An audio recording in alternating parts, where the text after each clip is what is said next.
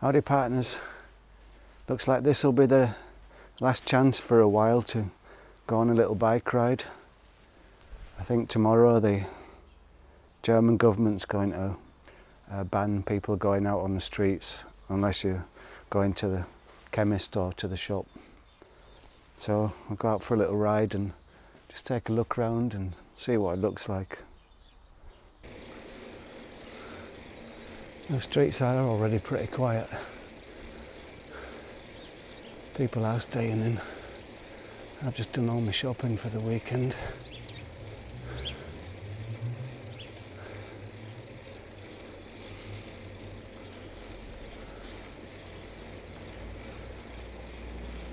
Problem is, in the big towns, they're having Corona parties, all the youth.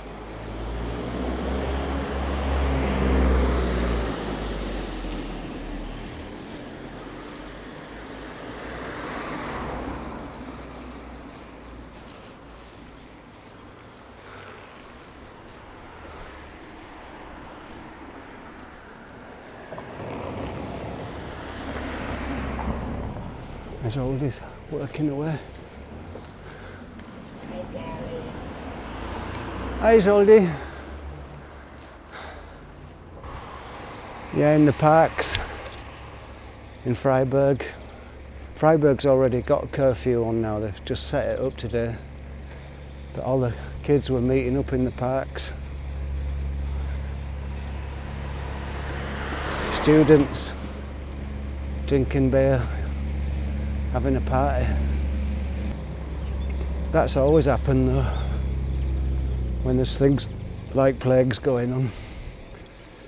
Dance macabre, and a certain amount of the hedonists just party, get drunk. Dance macabre. I'm following the rules, me, keeping away from people. Not wearing a mask yet. I haven't got one.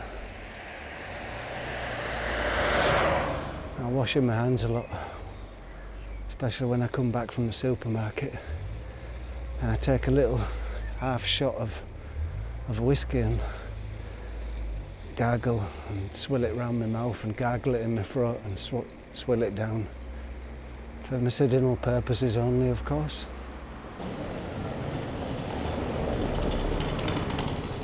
Cafes, restaurants, and closed down. It's a bit jam-packed full with people usually.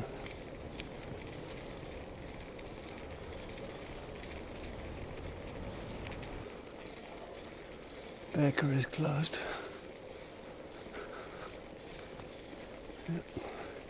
Here in the small towns and villages, people are taking the rules seriously. Not going out, apart from idiots like me, but on the bike. It is still allowed.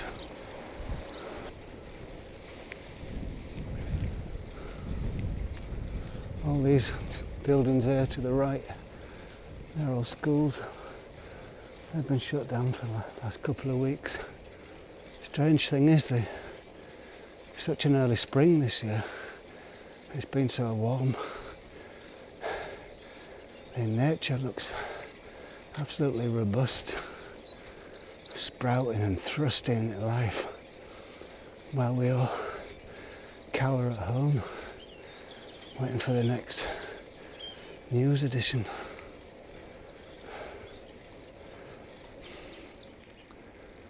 I think a lot of people today are going out for a walk because they're thinking this might be the last chance we get to go for a walk for a while.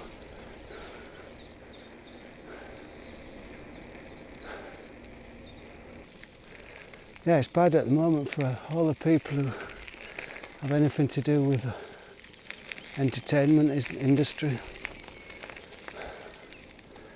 Pubs, restaurants, concerts. My son works setting up concerts and exhibitions, things like that. And he was busy as hell and it's gone to absolute zero. And then all the people who hang on to that business. I don't get that many jobs, but there's going to be no video jobs for me filming events or concerts, because there is none. My next door neighbour, she's a photographer, and that's her main job, and she's got nothing at all. Now it goes on like a chain reaction.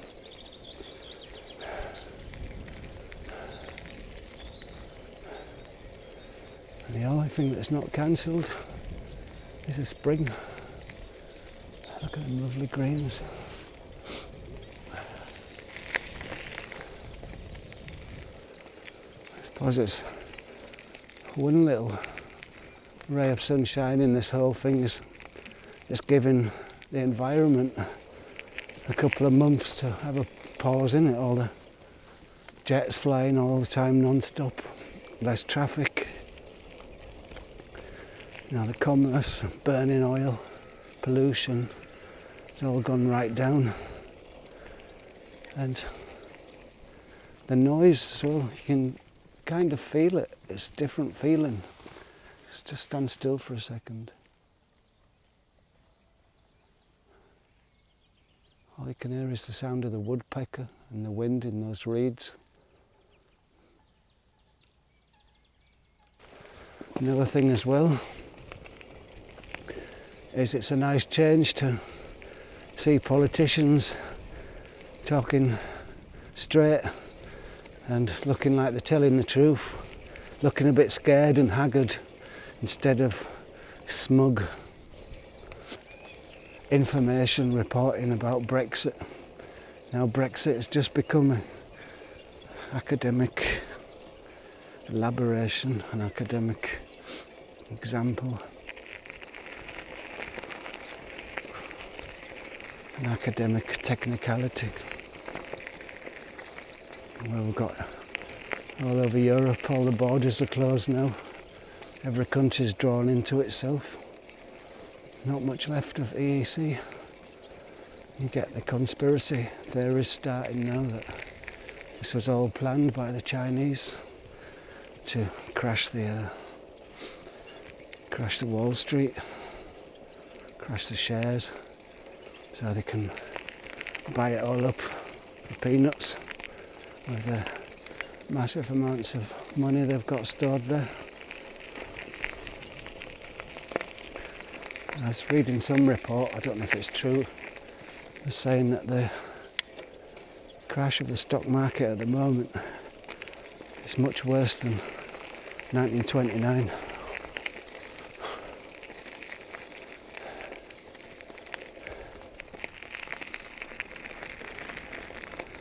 And I think this quarantine, everyone being apart from each other, trying not to pass it on to save the hospitals from becoming too overcrowded. It's a good idea. You must have heard of the exponential rise of these things. It's like that old chestnut about a chessboard, and you put 2 grains of rice on the first square and then double it, and by the time you doubled it on all the squares of the chessboard, there's about, God knows, I don't know, enough rice the size of the earth or something like that. And that's how it goes up, this exponential. And you're seeing it now in the figures of Italy. 2,500, next day 3,000, then the next day it's going to be 3,800, next day 4,000, next day 5,000, and each time doubling.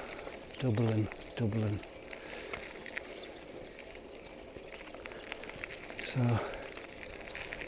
it don't feel like there's a threat, but you've got to go by what these virologists are saying.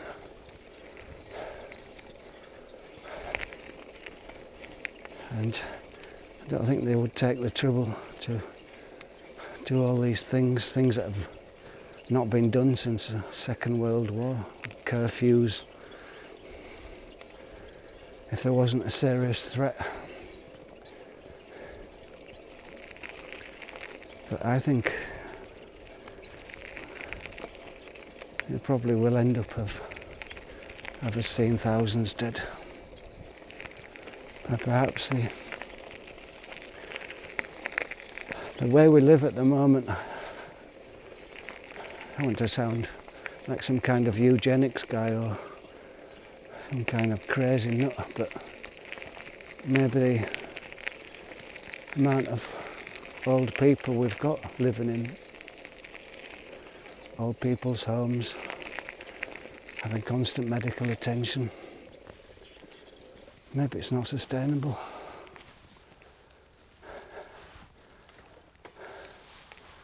And I think the virus is pretty bad for most people, but at least bad for young people, people under 29.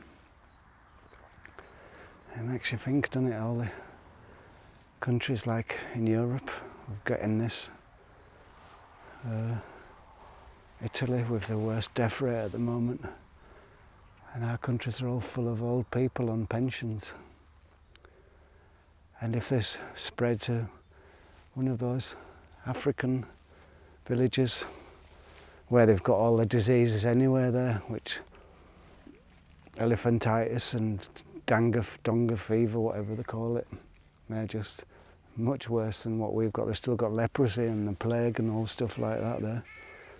But this probably wouldn't even hardly touch them there, because the average populations in them countries is about 25 years old. So the population's strong enough to take it. So, I don't know. Like I said, without sounding like some kind of eugenics Nazi freak, you just got to wonder if it's the way of nature, culling the race a bit. Usually there's always a constant background hum from the motorway, which is a couple of miles over there, and the trains, and the cars in general, motor saws, lawn mowers, everyone's staying in.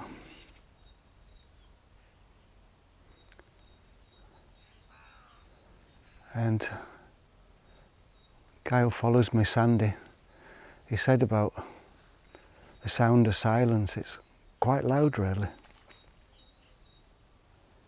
I just heard a fish jumping in that lake right over there.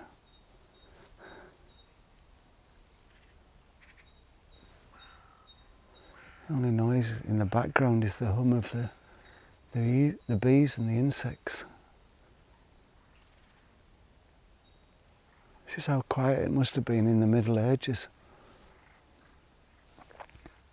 before the invention of the engine, before the invention of steam engines and benzene motors. There's one car driving and it's so loud. We think today that cars are quiet, but they're not.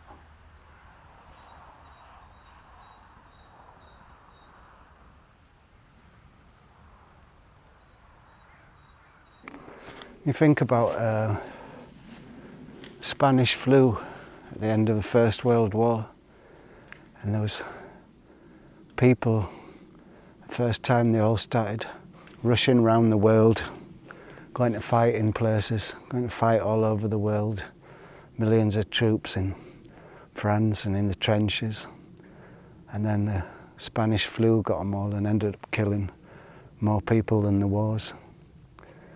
And it makes you wonder if all this rushing about that we do is part of the problem with this viruses in general. And you know, I mean by all the rushing about, you've just got to look at the motorways, haven't you, on the roads. Everyone rushing to work at the same time in the cars. Everyone driving around in metal boxes, wearing themselves out. And then getting 50 quid flights to fly all around the world, to have a break for a week somewhere, and then rushing off back home again. Wonder what flight that is up there. That's the only plane I've heard today. Probably that's why I'm talking about flights. But you get the feeling that all these problems that we get, these problems with mental health and people stressed out and people not really happy, are they? Because when you look at all the graphs and curves that are going up, consumption, the rate of the pace of life, it's always getting faster and faster and faster. And just sometimes wonder if this would be a good thing in a way, like a slap on the face from Mother Nature saying, stop being too cheeky, behave yourselves a bit. So we'll have to see whether we get the curfew tomorrow. They said it all depends on how people are conducting themselves, and what they're doing is making surveys of people's mobile phones just to check where people are going, to see how many people are meeting up. And I can understand why people sort of group together and have parties, the dance macabre thing, young people. But tomorrow the weather goes significantly worse, rain, and then after the rain next week it's predicted for -5. So all these lovely green leaves and flowers everywhere might get a nip in the bud.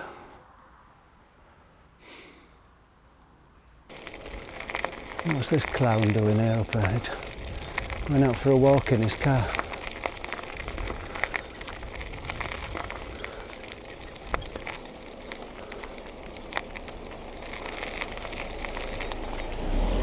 Hey, what the fuck are you doing? Hey!